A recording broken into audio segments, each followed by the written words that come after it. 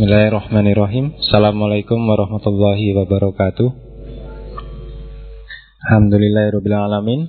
Syukur kehadirat Allah Subhanahu wa taala yang masih memberikan kita keselamatan, kesehatan. Malam hari ini kita masih bisa ngaji filsafat bersama Pak Fahrudin Faiz. Salam dan salam senantiasa terlanturkan kepada junjungan Nabi besar kita Muhammad sallallahu alaihi wasallam. Mudah-mudahan kita adalah bagian dari umatnya. Allahumma amin. Terima kasih kami ucapkan kepada rekan-rekan sekalian yang masih ikut rutin mengaji di masjid kami, Masjid Jenderal Sudirman. Mari kita awali ngaji malam hari ini dengan sama-sama membaca surat Al-Fatihah. Al-Fatihah. Selanjutnya kami serahkan kepada Pak Fahrudin Faiz. Oke, bismillah. Assalamualaikum warahmatullahi wabarakatuh. Bismillahirrahmanirrahim. Alhamdulillahirabbil alamin. Alhamdulillahi nahmaduhu wa nasta'inuhu wa nastaghfiruh wa na'udzu billahi min syururi anfusina wa min sayyiati a'malina. May yahdihillahu fala mudhillalah wa may yudlilhu fala hadiyalah. Allahumma shalli wa sallim wa barik ala habibina wa syafi'ina Sayyidina wa maulana Muhammadin wa ala alihi wa ashabihi wa ala kulli man ittaba'a huda. Amma ba'du. Bismillah. Kita lanjutkan ngaji filsafat kita. Ngaji itu tidak usah diumumkan. Pokoknya Rebo malam Kamis ngaji. Kalau ada pengumuman itu mungkin ada kemungkinan kosong. Jadi justru pengumuman itu untuk mengumumkan kosong, bukan mengumumkan ada ngaji. Jadi teori dasarnya adalah pokoknya Rebo malam Kamis ngaji. Tidak harus nunggu pengumuman. Seandainya mau kosong, baru ada pengumuman. Biar kamu nggak kaget. Biar nggak usah capek-capek ke sini. Jadi teori awalnya itu aja. Ada Facebook atau tidak ada WA atau tidak ada, pokoknya Rebo malam Kamis ngaji. Kecuali diumumkan kosong. Nah, gitu aja, lebih simpel. Tapi urusan jadwal ngaji, pokoknya kita sepakati aja malam Kamis. Oke, bismillah.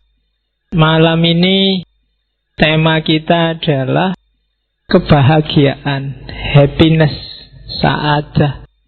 Sebenarnya tema bulan ini saya ambil secara insting aja. Ternyata memang hari kebahagiaan internasional itu tanggal 20 Maret. Jadi pas. Jangan-jangan ya tidak sengaja, mungkin ya memang sudah takdirnya begitu.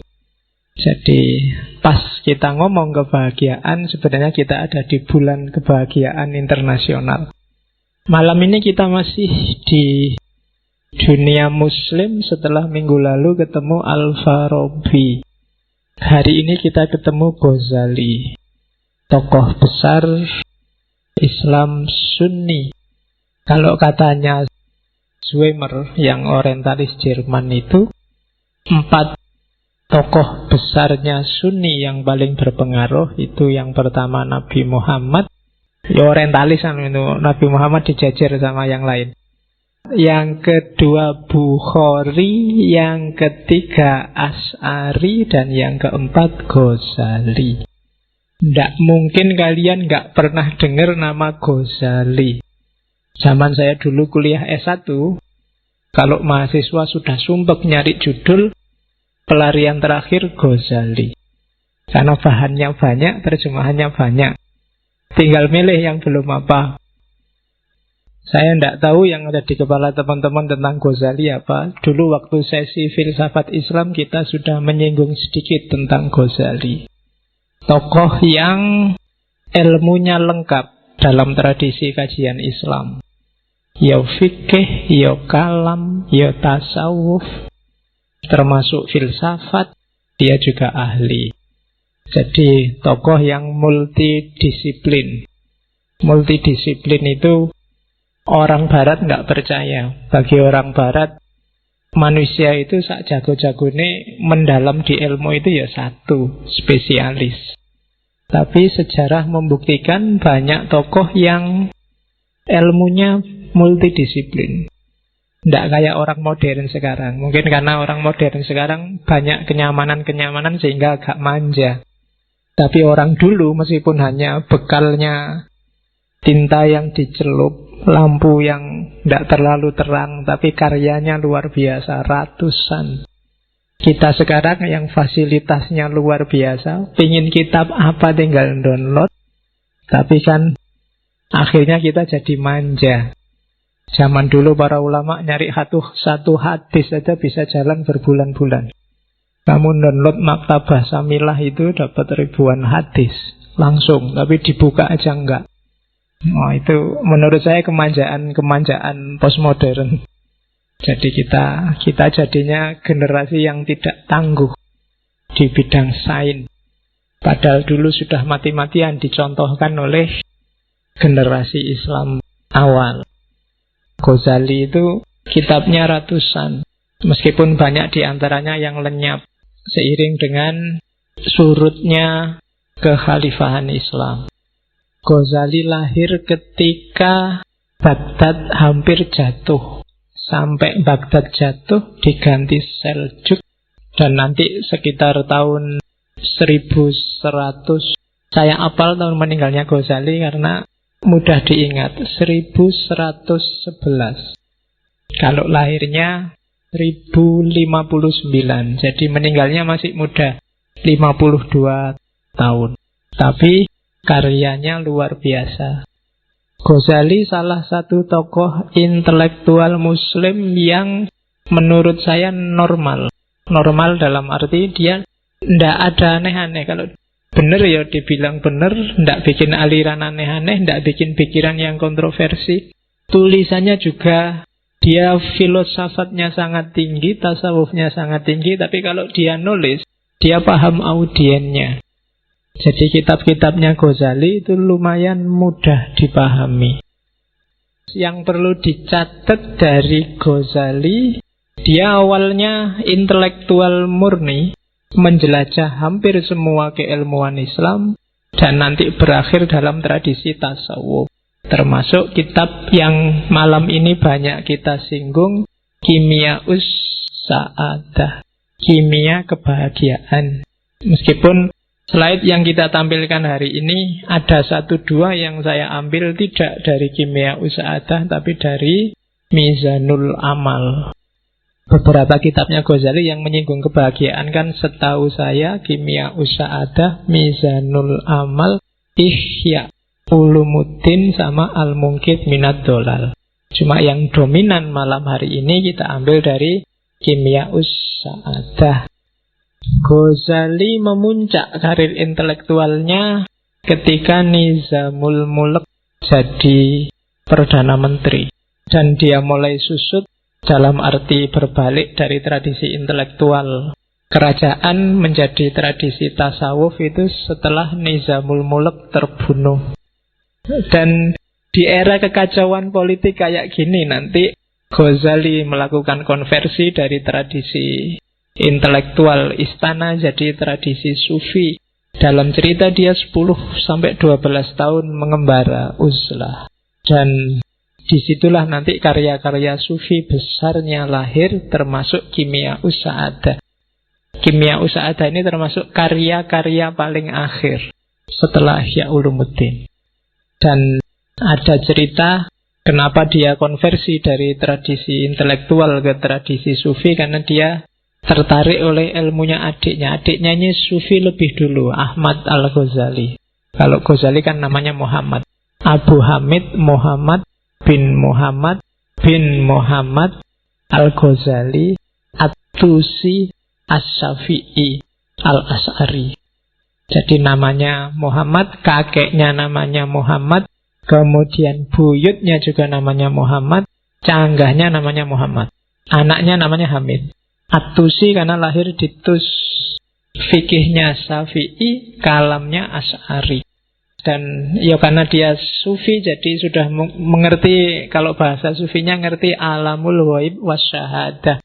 Kabarnya sebelum meninggal dia ngerti kalau mau meninggal. Jadi satu pagi di satu subuh, setelah sholat subuh, terus tanya ke adiknya, ini hari apa? Hari Senin.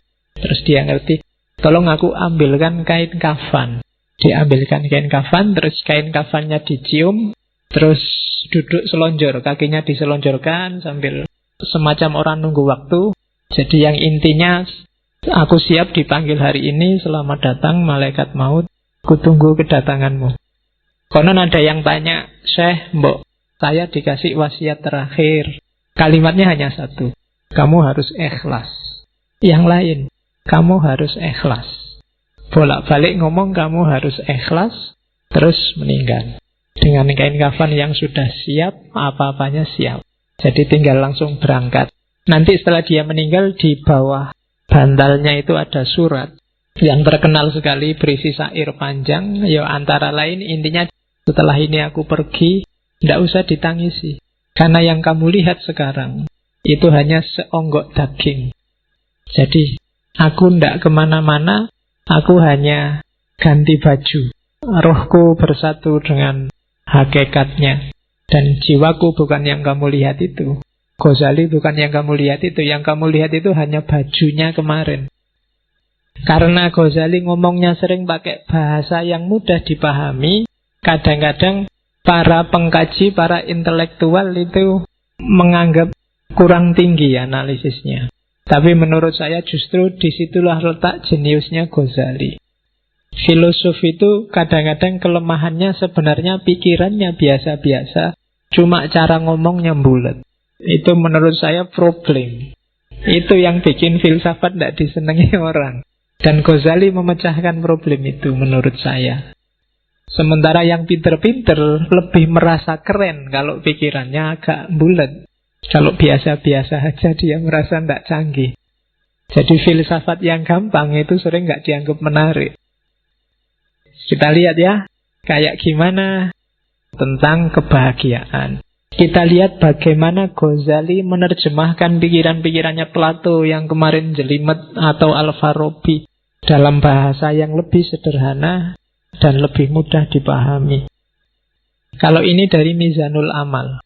Katanya Ghazali, pingin bahagia itu simple. Kita sudah punya semua fasilitasnya.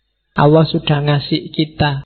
Apa yang dikasih? Kenikmatan duniawi dan kenikmatan ukhrawi. Semuanya nikmat. Yang pertama, ini ranking 1, 2, 3, 4, 5 itu ranking. Ranking paling atas itu nikmat ukhrawiyah. Nikmat besok di akhirat. Sukar dijelaskan, percayalah saja. Karena kalau dijelaskan, penjelasannya pasti tidak bisa eksak. Hasilnya biasanya malah debat. Kenikmatan surga tidak akan bisa dicapai kalau kita tidak ketemu dengan nikmatnya jiwa, keutamaan nafsiyah. Kalau di dunia ini jiwamu galau, tidak tenang, entah karena apa, tidak mutmainnah, ya kamu tidak akan ketemu kenikmatan ukhrawi. Makanya kan di Al-Fajr itu, ya ayyatuhan nafsul mutmainnah. Kalau makomnya jiwamu belum nyampe mutmainnah, kamu tidak akan ketemu nikmatnya ukhrawi. Jiwamu harus stabil dan nikmat dulu. Kalau di Mizanul Amal, cari nikmatnya jiwa gimana Pak? Yang pertama, akalmu. Dia akan merasa nikmat dengan ilmu. Kita punya akal, bagian dari jiwa kan akal itu. Dia akan nikmat kalau dapat ilmu. Maka sering-seringlah ngasih gizi ke akalmu dengan ilmu. Semakin banyak dia dikasih suplemen ilmu, semakin dia akan merasa senang dan aman. Paham itu bikin tenang, tidak paham itu bikin galau. Teori paling gampang itu. Maka akalmu, kasihlah dia kenikmatan dengan ilmu. Terus dirimu, maksudnya kedirianmu, pribadimu, bikinlah dia nikmat dengan warok. Warok itu menjaga diri. Jangan ngawur hidupmu kalau pengen tenang. Rumus paling gampang, jangan lakukan yang haram, yang maksiat, jauhi yang syubhat. Kalau kalian jauh dari 3 hal ini, pribadimu akan merasa tenang. Jadi, kalau akalmu selalu dapat suplemen ilmu dan dirimu terjaga dari yang jelek-jelek, kamu akan nyaman. Jiwamu akan tenang. Terus yang ketiga, meskipun begitu, kamu juga harus memanjakan jiwamu dengan kesungguhan dan keberanian. Hiduplah yang serius, hiduplah yang punya cita-cita, punya target, dan berani. Yang keempat, adil. Adil itu hiduplah secara proporsional, baik di level fisik maupun di level rohani. Kalau ini terpenuhi, kamu akan utama jiwamu, nafsiyah, tenang, mutmainnah. Baru kamu dapat kenikmatan ukhrawi. Cuma syaratnya tidak akan sempurna jiwamu tenang kalau badaniyahmu tidak sempurna. Ya kayak tadi loh. Kalau fisiknya tidak adil, waktunya ada makannya, kamu puasa terus, harusnya ada tidurnya, kamu pakai melek terus, jiwamu juga tidak akan tenang, tidak akan mutmainnah. Harus dibikin tenang. Karena nafsu itu, kalau tidak kamu tenangkan, lama-lama dia akan meledak. Pada saatnya dia akan menyusahkanmu. Badaniyahnya beres dulu. Kalau badaniyahnya nggak beres, jiwamu nggak akan beres. Kalau rumusannya Ghazali, paling gampang untuk ngecek apakah badaniyahmu sudah nikmat, sudah bahagia, yaitu yang pertama sehat, yang kedua kuat. Sehat itu kan berarti fit. Apa ada sehat yang nggak kuat? Ya banyak. Nggak cukup sehat, tapi juga harus kuat. Yang ketiga elok. Elok itu cakep. Jangan khawatir, setiap orang cakep sesuai perspektifnya masing-masing. Semua orang cakep. Jangan khawatir. Bahagialah. Kalau enggak, kamu enggak akan bahagia jiwamu. Kalau kamu tiap hari aku kok jelek, itu enggak akan bahagia hidupmu. Wis anggap aja cakep, wis tau, cok khawatir. Payu. Itu kan kamu mikir, jangan-jangan ada yang gelisah, Pak, apa ada yang mau besok sama saya, Pak? Pasti ada. Asal standarmu jangan tinggi-tinggi. Sehat, kuat, cakep, dan yang terakhir, yakinlah bahwa kamu panjang umur. Orang yang merasa punya kualifikasi 4 ini secara badannya, maka dia sebenarnya sedang bahagia secara fisik. Selanjutnya, untuk nikmat badaniyah kita butuh kenikmatan eksternal dari dunia di luar diri kita. Kita butuh punya harta, itu kan di luar. Kita butuh punya keluarga, itu di luar. Jadi kita butuh kenikmatan dari yang di luar diri. Dari kenikmatan di luar diri itulah diri kita akan merasa nikmat secara fisik. Dari nikmat secara fisik itu kita akan nikmat secara rohani, secara jiwa. Dari kenikmatan rohani itu pada akhirnya secara ukhrawi nanti kita juga akan nikmat. Cuma kenikmatan dari luar itu butuh pelengkap, yaitu apa? Kenikmatan taufikiyah. Kenikmatan yang menunjukkan kalian merasa bahwa Allah itu sayang padamu dan ngasih banyak padamu. Sebagus apapun kehidupanmu hari ini, kalau kamu merasa dicueki Allah, atau apalagi Allah benar-benar cuek padamu, kamu gak akan dapat merasakan kenikmatan apapun. Maka dasar dari semua kenikmatan tadi adalah keutamaan taufiki. Dapat hidayah, dapat inayah, dapat petunjuk, rusy, dan seterusnya. Jadi pertama-tama yakinlah bahwa Allah ridho padamu. Setelah itu carilah bekal yang kamu butuhkan untuk nikmat, untuk bahagia. Kalau itu sudah dapat, maka kamu akan dapat kenikmatan duniawi, kenikmatan badaniyah. Dengan bekal kenikmatan badaniyah ini, jiwamu juga akan nikmat, bahagia, akan tenang. Ketika jiwamu bahagia, insya Allah besok akhiratmu bahagia. Bandingkan dengan orang yang sejak awal sudah tidak dapat ridhonya Allah. Maka kenikmatan eksternal tadi akan jadi sumber bencana. Kenikmatan badaniyahnya akan disetir oleh nafsunya. Maka jiwanya nggak akan jadi tenang. Dan di akhirat juga otomatis kacau. Jadi rumus pertama bahagia adalah pastikan bahwa menurutmu yang kamu lakukan itu diridhoi oleh Allah. Dasar teori awal itu. Teori kedua, man arofa nafsahu arofa robbahu. Kunci kebahagiaan, katanya Ghazali, kenal dirimu. Kalau kamu sendiri masih nggak paham siapa kamu, apa maumu, kamu tidak akan bisa bahagia. Sebenarnya ini teori paling gampang. Kalau kamu nggak ngerti selera makanmu, janjane misalnya makanan yang kamu sukai apa sih? Kalau kamu nggak ngerti, ya kamu nggak akan bisa membahagiakan dirimu, kamu sendiri nggak ngerti. Cara paling gampang untuk bahagia ya membaca dirimu sendiri dulu.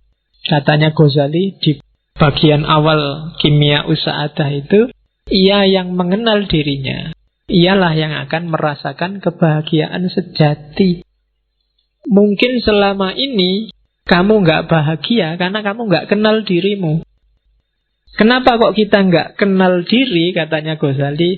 Biasanya ketutup oleh hasrat, oleh hawa nafsu, oleh karakter-karakter binatang kita, oleh keinginan menaklukkan yang lain, oleh keinginan jadi idola, oleh keinginan macam-macam.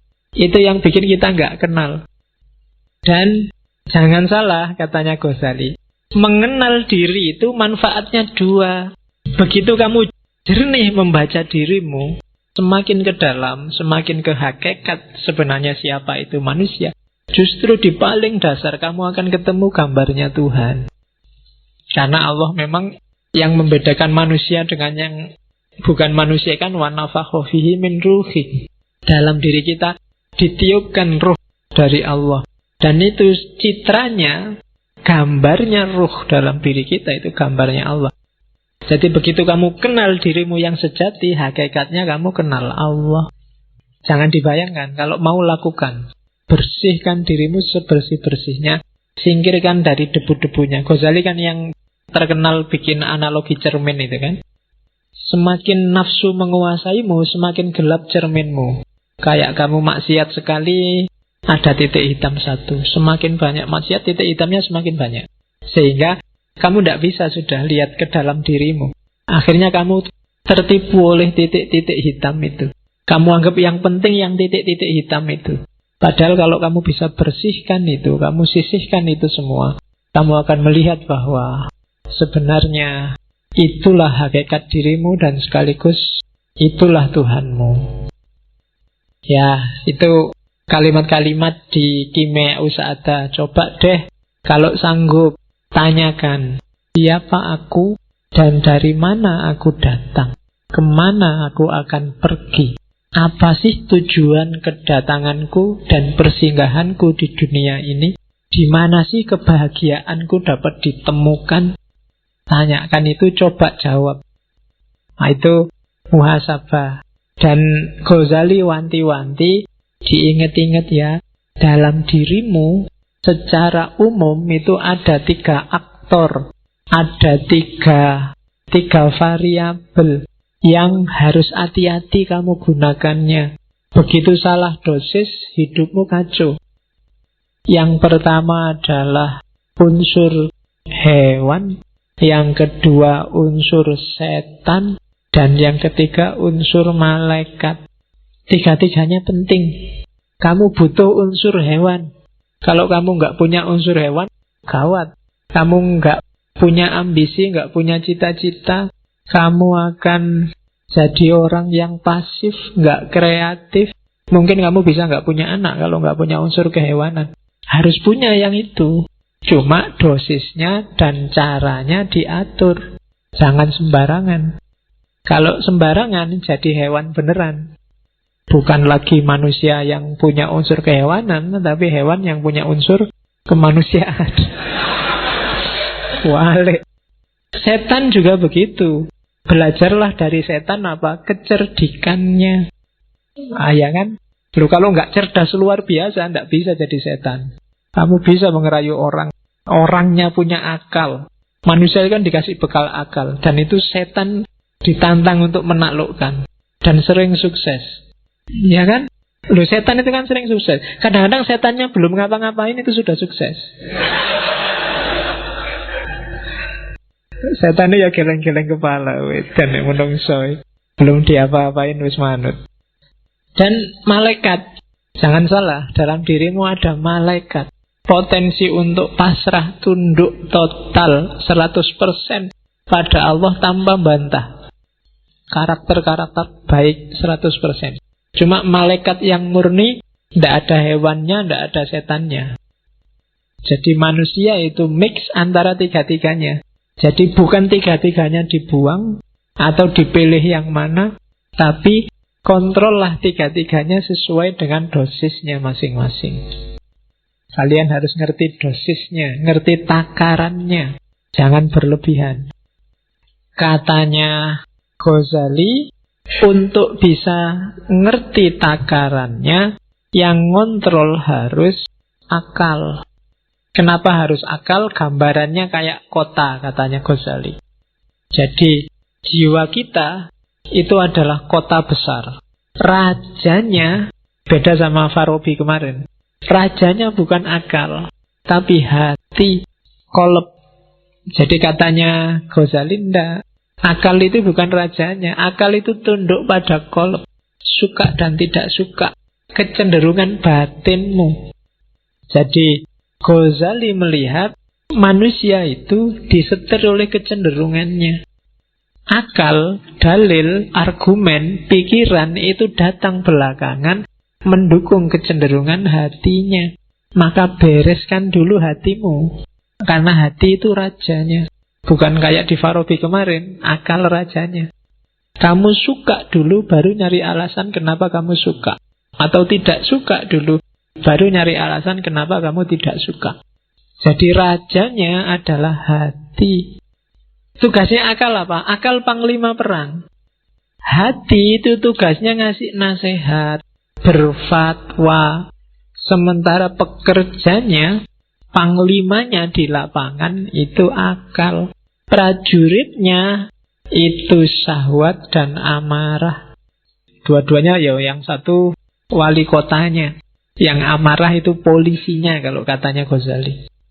Dalam diri kita itu isinya polisi yang marah-marah, kemudian wali kota yang penuh ambisi, dan panglima yang punya kekuatan ngatur, serta raja yang mengendalikan.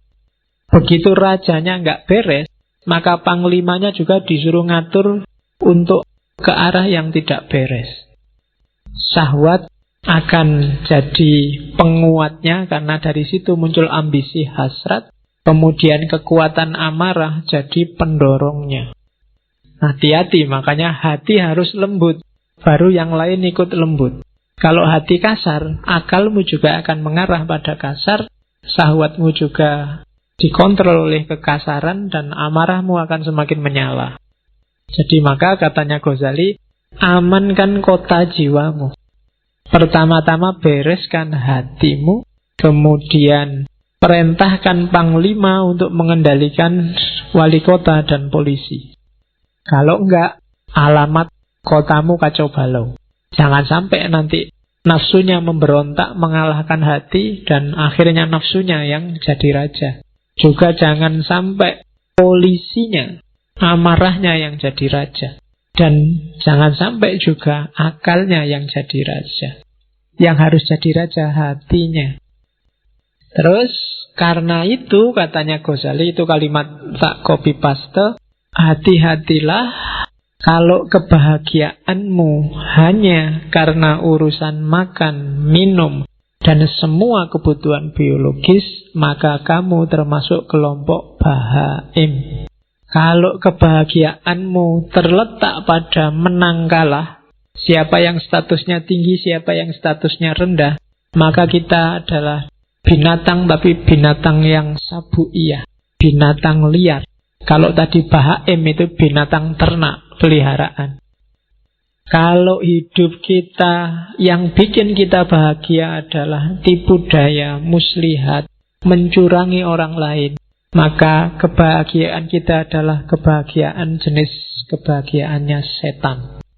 Dan kalau yang bikin kita bahagia hanya urusan kita menyembah pada Allah, ibadah, tidak membangkang sama sekali, maka kita ada di level malaikat. Bagus tapi tidak manusiawi. Jadi hati-hati, jangan jadi binatang ternak, jangan jadi binatang pemburu, jangan jadi setan, juga jangan jadi malaikat. Nah, susah ya kalau dilarang jadi malaikat, kamu mesti komplain. Oh, malaikat kan bagus, Pak. Tidak. Kita oleh Allah disuruh jadi manusia. Kalau manusia berarti, ada bahaimnya dong. Kita butuh makan, butuh minum, butuh yang itu juga, ya kan? Ya. Padahal aku ngomong yang itu loh ya. Kamu kok pikirannya ke sana. Isi pikiranmu berarti yang itu-itu. Aku nggak ngomong apa-apa loh. Terus sabuiyah. Kalau yang ada di pikiranmu sekarang, kapan ya aku ranking 1 kok kalah terus aku, ranking 40 terus. Yang di pikiranmu itu, kapan aku menang ya? Kapan status sosialku tinggi ya? Kapan aku? Itu berarti yang menang dalam dirimu adalah sabuiyah. Kalau yang ada di pikiranmu urusan muslihat, trik, gimana caranya aku bisa sukses, gimana caranya aku bisa kaya, trik-trik kayak gitu, maka kita ada di levelnya setan. Tapi kalau yang ada dalam dirimu, pokoknya kita harus pasrah 100% pada Allah, ibadah, jangan sampai putus yang itu berarti kita sudah nyampe makom malaikat. Dunia sudah tak tinggal, pokoknya aku hanya Allah saja. Ya enggak apa-apa, itu berarti makomnya malaikat. Cuma kalau malaikat tidak ada bahaimnya, kamu puasa terus, kamu sholat terus, tanpa makan, tanpa ngopeni hidup dunia juga tidak manusiawi. Tidak ada sabuiyahnya, kamu nggak punya hasrat, nggak punya ambisi, nggak punya cita-cita, kamu juga tidak manusiawi, tidak akan bisa menjalankan perintahnya Allah untuk jadi khalifah di muka bumi. Jadi coba hati-hati dikontrol lagi apa yang bikin kamu bahagia. Kalau yang bikin kamu bahagia luar biasa adalah ketika kamu ranking 1 dan semua temenmu kalah, maka ada sabuiyah yang dominan dalam dirimu. Kalau yang bikin kamu seneng pokoknya punya uang banyak, terus saya bisa makan enak, terus bisa kawin, bisa itu, berarti yang dominan dalam dirimu adalah bahaim. Kalau yang ada di kepalamu hanya gimana caranya saya mengabdi 100% pada Allah, gimana caranya meninggalkan dunia yang tidak penting, maka kamu ada di level malaikat. Itu teori selanjutnya tentang kebahagiaan dari Kimia Us Sa'adah.